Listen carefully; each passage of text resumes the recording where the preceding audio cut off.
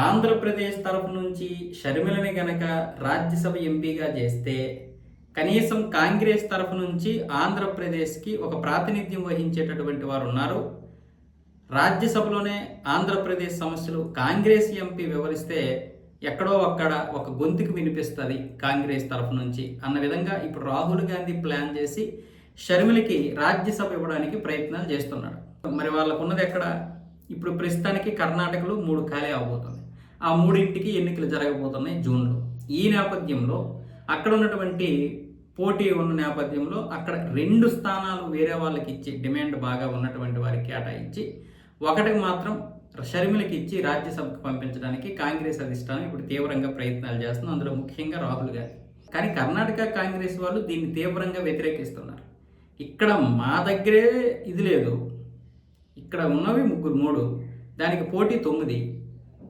ఇలాంటి నేపథ్యంలో మళ్ళీ ఇప్పుడు ఆంధ్రప్రదేశ్ నుంచి ఒకరిని తీసుకొచ్చి రాజ్యసభకు పంపిస్తే మరి మా పరిస్థితి ఏంటి అనేది ఇప్పుడు కాంగ్రెస్ నాయకుల యొక్క ఆవేదన.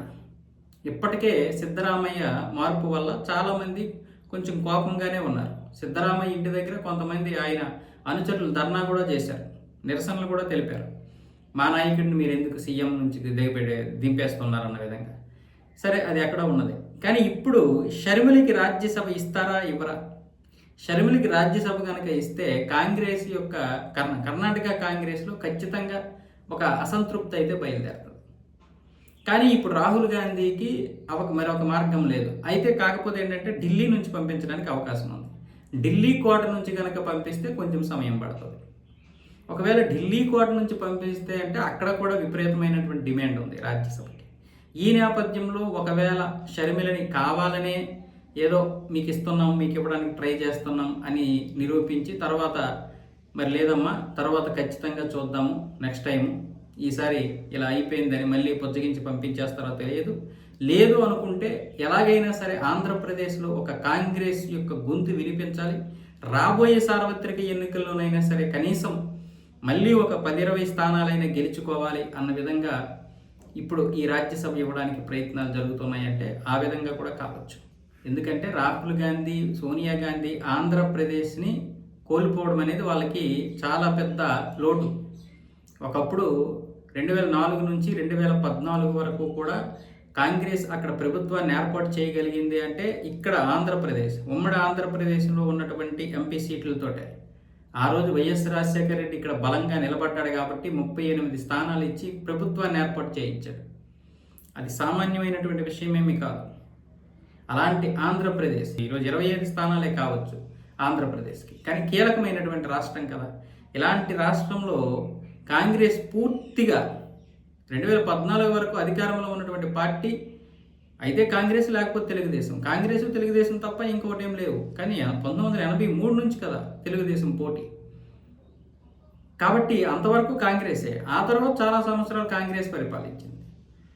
సో ఇలాంటి నేపథ్యంలో అలాంటి రాష్ట్రాన్ని కోల్పోవడం అనేది వాళ్ళకి పెద్ద లోటు. కానీ వాళ్ళు చేసిన తప్పు ఏంటనేది రాష్ట్ర ప్రజలకు తెలుసు కాబట్టి వాళ్ళని దరిదాపుల్లోకి రానివ్వడం లేదు. రేపు దరిదాపుల్లోకి రాకపోవచ్చు, కానీ ప్రజలు ఎప్పుడో మర్చిపోతారు కదా. ఏదో ఒక రోజు మనల్ని ఆదరిస్తారు కదా. ఏదో ఒక రోజు ఈ పార్టీ ప్రభుత్వాలన్నీ తప్పులు చేస్తాయి కదా. ఆ కోపం మీద అయినా మనకు ఓట్లు వేస్తారు కదా అనే ఉద్దేశంతో 2029 నాటికి ప్రజలు ఓట్లేసి సీట్లు ఇచ్చి ఒకవేళ పార్లమెంట్ స్థానాలు కూడా ఇస్తే అప్పుడు మళ్ళీ మనకి ప్రభుత్వాన్ని ఏర్పాటు చేయడానికి అవకాశం ఉంటుందనే ఉద్దేశంతో కాంగ్రెస్కి ఆశలు సిగిరించాయి. కానీ షర్మిలకి రాజ్యసభ ఇస్తే కాంగ్రెస్ పార్టీ పరిస్థితి ఎలా ఉంటుందో తెలియదు. కానీ కాంగ్రెస్లో మాత్రం చాలా పెద్ద ముసలమే బయలుదేరుతుంది. ఇక్కడ కాదు, ఎక్కడి నుంచి ఇచ్చినా సరే ఖచ్చితంగా అది వ్యతిరేకతే అవుద్ది.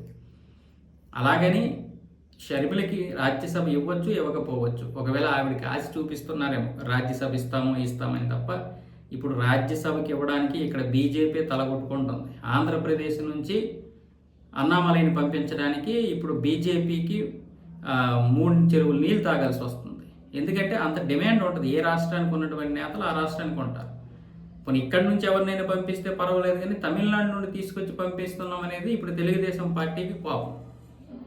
బీజేపీకి ఉన్న లెక్కలు బీజేపీకి ఉంటాయి, కానీ తెలుగుదేశంకి ఉన్న లెక్కలు తెలుగుదేశంకి ఉంటాయి. ఇప్పటికే మేము 2 రాజ్యసభలు మీకు దానం చేశాము, త్యాగం చేశాము. ఇలాంటి సమయంలో మళ్ళీ మీరు అడుగుతున్నారని తెలుగుదేశం బీజేపీకి ఇవ్వడం లేదు. సో బీజేపీ నాయకత్వం రంగంలోకి దిగింది, అది వేరే విషయం. బీజేపీ వాళ్ళు రాజ్యసభ కోసం దిగాలని అయితే సాధించుకోలేరేంటి, కానీ అంత డిమాండ్ ఉందని చెప్తున్నాను.